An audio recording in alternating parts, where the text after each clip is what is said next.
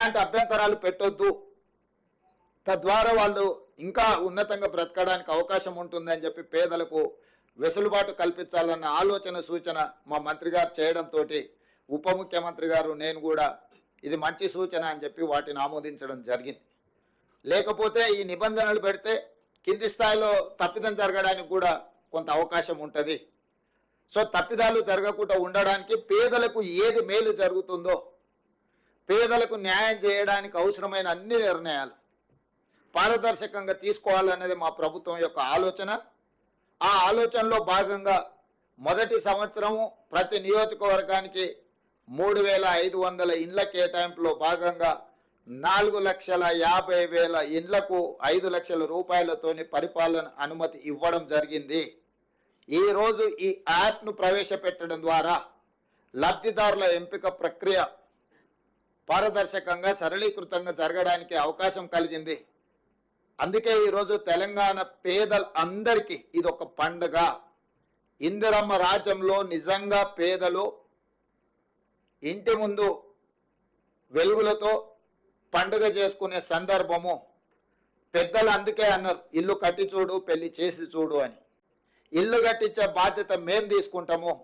ఇంట్లో యుక్త వయస్కు పెళ్లికి వచ్చిన వాళ్ళ బాధ్యతను పెళ్లి చేసి ఆ కుటుంబ సభ్యులు తీసుకోవచ్చు. ఎందుకంటే ఈ ఇల్లు కట్టుకొని ఆత్మగౌరవంతో వారి ఇంటి ముందే వాళ్ళ పండుగ కార్యక్రమాలను చేపట్టుకోవడానికి ఇది అవకాశం ఇస్తుంది.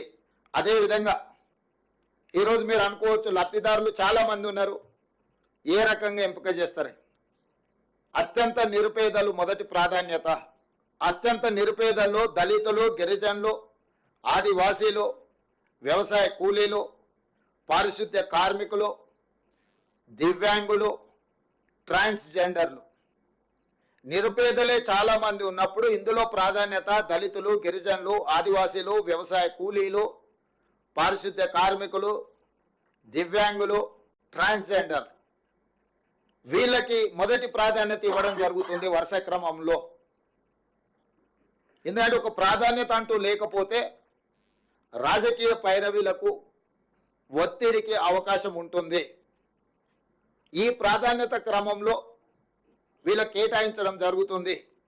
ఇదే కాకుండా ఐటీడీఏ ప్రాంతాలు, ఆదివాసీలు నివసించే ప్రాంతంలో ఆనాడు ఎప్పుడో ఇందిరమ్మ సమయంలో లేదా ఎన్టీఆర్ సమయంలో లేదా రాజశేఖర రెడ్డి గారి సమయంలో ఇచ్చిన కొద్దిపాటి ఇల్లే ఆదివాసీలకు వచ్చినాయి.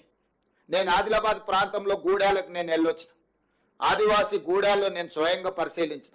మా పట్టి విక్రమార్క గారు ఆదిలాబాద్ నుంచి ఖమ్మం వరకు పాదయాత్ర చేసినప్పుడు ఆదివాసీలు వచ్చి నిజమైన అర్హులము, ఇందిరమ్మ రాజ్యంలో లబ్ధి పొందాల్సింది మేము, అడవులలో ఆది మానవులలాగా ఇంకా ఎంతకాలం బ్రతకాలి, మా పట్ల మీరు కనికరం చూపించాలి, ఇందిరమ్మ ఉంటే మాకు బాధ తప్పేది, కానీ ఇందిరమ్మ వారసులుగా ఈరోజు మీరు పరిపాలనలోకి వస్తామంటున్నారు, మీరు మీ బాధ్యత నెరవేర్చండి అని చెప్పి ఆదివాసీలు, ఆదివాసీ సంఘాలకు సంబంధించిన వాళ్ళు మాకు గుర్తు చేయడం జరిగింది. అందుకే ఈ వేదిక మీద నుంచి ఐటీడీఏ ప్రాంతాలకు ఈ కోటాలతో సంబంధం లేకుండా అక్కడ ఉండే జనాభా ప్రాతిపదికన అదనంగా కొన్ని వేల ఇండ్లు మంజూరు చేయాలని మేము ఈరోజు అనుకున్నాం. ఐటీడీఏ ప్రాంతాలను ప్రత్యేకంగా మేము పరిశీలిస్తాము, వాటిని ప్రత్యేకంగా తీసుకుంటాము. ఏంటంటే నిజమైన లబ్ధిదారులు తెలంగాణ మూల పురుషులు, ఈ ప్రాంతానికి ఈ ప్రాంత మట్టి మనుషులు వాళ్ళే. ప్రభుత్వ సంక్షేమ పథకం వాళ్ళకి చేరినప్పుడే మా లక్ష్యం నెరవేరినట్టు. అందుకే ఈరోజు సీతక్క గారు పదే పదే నా దృష్టికి ఈ ఆదివాసులకు సంబంధించి ప్రత్యేకంగా ఇండ్లు ఇవ్వాలి అని చెప్పి వారు విజ్ఞప్తి చేయడం జరిగింది. అందుకే ఈరోజు మా మంత్రివర్గ సహచరుల అనుమతితోని ఆదివాసీలకు ప్రత్యేక కోట, ప్రతి నియోజకవర్గానికి 3,500 ఇండ్ల కోట కాకుండా అదనంగా ఆదివాసీ ప్రాంతాలు, ఐటీడీఏ ప్రాంతాలు ఏవైతే ఉన్నాయో ఆయా ప్రాంతాల జనాభాను దృష్టిలో పెట్టుకొని వాళ్ళ కోసం ఒక ప్రత్యేక ప్యాకేజ్ కేటాయించడం ద్వారా, ఫర్ ఎగ్జాంపుల్ అచ్చంపేటలో చెంచులు ఉన్నారు, నల్లమల్ల అడవుల్లో ఉండే చెంచులను ఏ రోజు వాళ్ళకు న్యాయం చేద్దామన్న ఆలోచన గత 10 సంవత్సరాలు చంద్రశేఖరరావు గారి ప్రభుత్వం చేయలే. వాళ్ళని మనుషులలాగా గుర్తించడానికి కూడా ఆ ప్రభుత్వం ముందుకు రాలే. మరి అలాంటి వాళ్లకు న్యాయం చేయాలి, అలాంటి వాళ్లకు ఇందిరమ్మ రాజ్యంలో మేలు జరగాలి అన్న ఆలోచనతోటి గోండులు, ఆదివాసులు, ఆదిలాబాద్ జిల్లాలో మీకు తెలుసు, ఇంద్రవెల్లి కాల్పుల్లో చనిపోయిన కుటుంబాలకు నేనే స్వయంగా అక్కడికి వెళ్ళి వాళ్ళకందరికీ ఇందిరమ్మ ఇళ్ళ పట్టాలు ఇచ్చి వాళ్ళకు నిధులు ఇచ్చినము. ప్రత్యేకంగా వాళ్ళ గూడాలను అభివృద్ధి చేయడానికి ఆ రోజు మాట ఇచ్చొచ్చినము. అది ఖమ్మం భద్రాచలం కావచ్చు, లేదా ఉట్నూరు ప్రాంతం కావచ్చు, ఎన్ని ఐటీడీఏ ప్రాంతాలు ఉన్నాయో ఐటీడీఏ ప్రాంతాలను ప్రత్యేకంగా ప్రభుత్వము పరిగణిస్తుంది.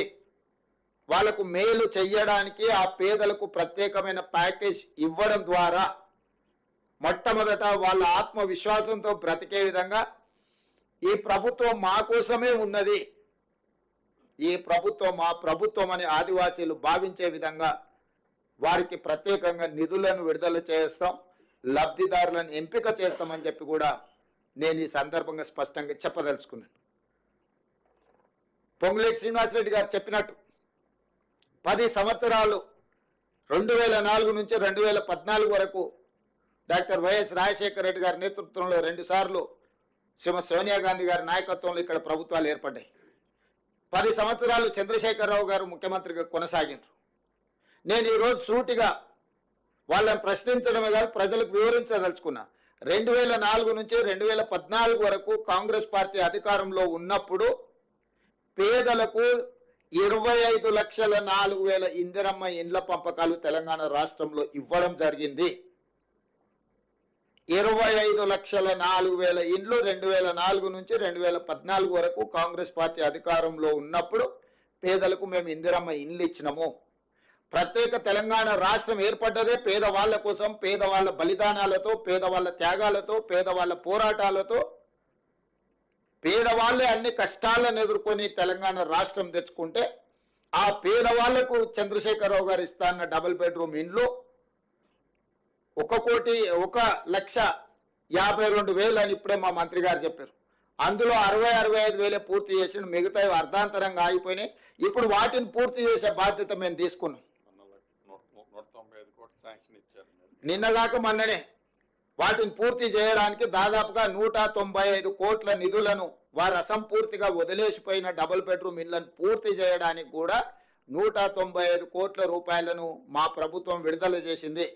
వారు మేమే కట్టినాం మీరు మూసీ నదిలో పేదలకు ఇస్తున్నాయి మేమే అని మీరు అర్ధాంతరంగా ఎక్కడక్కడ వదిలేసి పోయినరు. 10 సంవత్సరాలు ఏ రోజు కూడా మీరు వాటి మీద దృష్టి పెట్టలేదు. ఆ పేదల్ని మనుషులలాగానే మీరు చూడడానికి ఇష్టపడలేదు. కానీ మీకు కావలసిన ప్రగతి భవన్ను 9 నెలల్లో పూర్తి చేసుకున్నారు.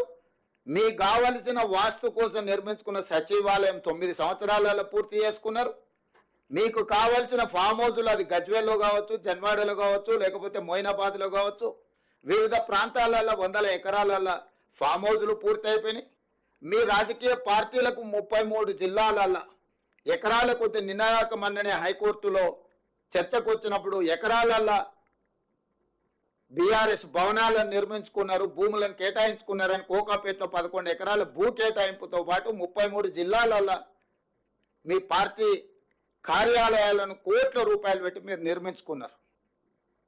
మీ భవనాలను నిర్మించుకోవడానికి, మీ ఫామ్ హౌస్లను నిర్మించుకోవడానికి, మీ పార్టీ కార్యాలయాలను నిర్మించుకోవడానికి చూపించిన శ్రద్ధ, కేటాయించిన నిధులు, తీసుకున్న భూములు, పేదవాళ్ళ పట్ల మీరు చిత్తశుద్ధి చూపించలేదు.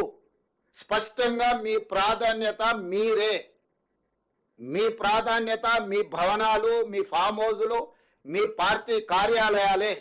మీరు పేదల కోసం ఇస్తా అని హామీ ఇచ్చిన డబుల్ బెడ్రూమ్ ఇండ్లు కాదు. ఎన్నికల సందర్భంగా చంద్రశేఖరరావు గారు పదే చెప్పినారు, ఇందిరమ్మ ఇండ్లను డబ్బా ఇండ్లతో పోలుస్తూ డబ్బా ఇండ్లు వద్దు, డబుల్ బెడ్రూమ్ ఇండ్లు ముద్దు. అల్లుడు సాడ్ ఉంటాడు, కొడుకు కోడలు ఉంటే ఆడుంటారు. పండుగ పూటనాడు కోడి పిల్లను కుక్క పిల్లను ఉంటే ఆడగట్టేసుకుంటారు, మేకపిల్లు ఉంటే ఏడబెడతారు. ఇట్లాంటి అద్భుతమైన ఉపన్యాసాలు చెప్పిండు. కానీ 10 ఏళ్ళైనా మరి కొడుకు కోడలతో పాటు బిడ్డ అల్లుడు పండుగ పూట వస్తే యాడు ఉండాలనో ఇంతవరకు ఏది నిర్మించి చూపెట్టలేదు. మేకపిల్లకు కోడి పిల్లకు దారే చూపించలేదు.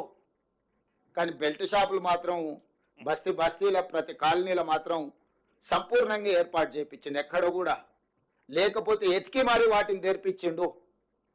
అంటే ఈ విధానము 10 సంవత్సరాలు పరిపాలన చేసి రాష్ట్రాన్ని పూర్తిగా అధోగతి పాలు చేసి ఆనాడు 2014 జూన్ 2 నాడు 16,000 కోట్ల రూపాయల మిగులు బడ్జెట్తో చంద్రశేఖరరావు గారికి రాష్ట్రాన్ని కాంగ్రెస్ పార్టీ అప్పజెప్పింది.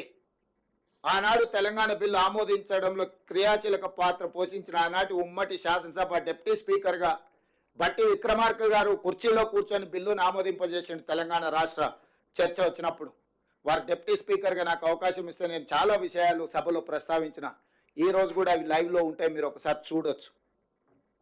సో ఆనాడు కేశవరావు గారు కానీ వీళ్ళందరూ ఒక సామాజిక బాధ్యతగా ఆలోచన చేసి ఖచ్చితంగా తెలంగాణ రాష్ట్రం రావాలి అని పార్టీ విధానాలు కొంత ఆలస్యం అయితే కూడా వాళ్ళు ఒత్తిడి తీసుకొచ్చి రాష్ట్రాన్ని సాధించిండ్రు. రాష్ట్రాన్ని సాధించడమే కాకుండా మిగులు రాష్ట్రంగా 16,000 కోట్ల రూపాయల మిగులు బడ్జెట్తో మీకు రాష్ట్రాన్ని అప్పచెప్పడం జరిగింది. 60 సంవత్సరాలు పరిపాలించిన కాంగ్రెస్ పార్టీ 16,000 కోట్ల రూపాయల మిగులు బడ్జెట్తో చంద్రశేఖరరావు గారికి తెలంగాణ రాష్ట్రాన్ని అప్పచెప్తే సరిగ్గా 10 సంవత్సరాలల్లా ఇదే చంద్రశేఖరరావు గారు 7 లక్షల కోట్ల రూపాయలు అప్పు చేసి తిరిగి మాకు రాష్ట్రాన్ని అప్పచెప్పిండు. 1000 ఎకరాల భూములను అమ్మేసిండు. ఈ అప్పులే కాదు, లక్షల ఎకరాల పేదవాళ్ళ భూములను వారు గుంజుకున్నారు. నేను వాటన్నిటి లోతుకు పోదలుచుకోలే.